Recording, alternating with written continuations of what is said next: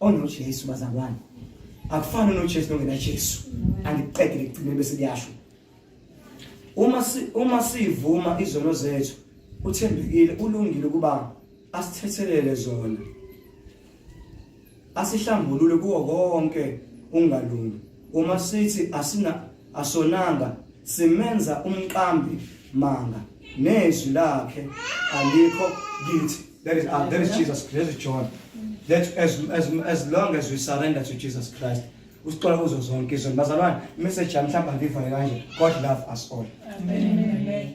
Uma nje kuthiwa beshumanethini nje Jesu uyasithanda bazalwane. Asiqhubeke sambe ekhanyeni. Into zobumnyama automatically izohambela. If mhlawumbe ubumnyama bengabe yingozi, bengabe inkinga zika December, it won't touch you because you are already on the light. Ngilathi wafaza umama ehamba indlela iya Shefstone. Dala kusasana friend ama devil worship. Yabo? Thoba phuma intombazana icasukile. Inyani yavula ithethi yaphuma ngathi nami ngisinda. Isiliswe lwamba mosekugcinile. Amen. Because in busy food there is a light in this text. Mama yedwa kholwa bonke abantu nje baphila impilo right bathi bale emakhaya. Kanti nomama wethu kholwa. So don't ever look down upon you.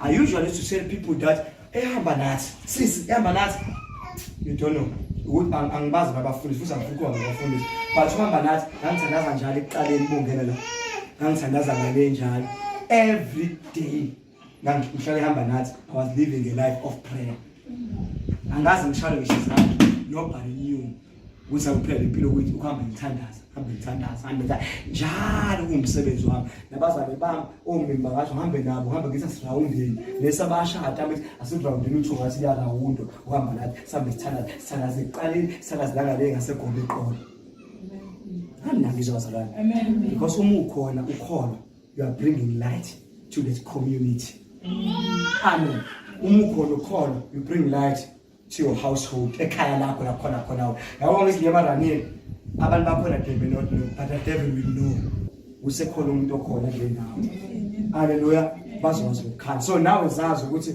you are very unique and special because you have Christ in you nibe noKhisimusi omuhle kula ngigcine uNkulunkulu uyanithanda I wish yonke lamazwe ngasho ningangakhohlwa ukuthi nje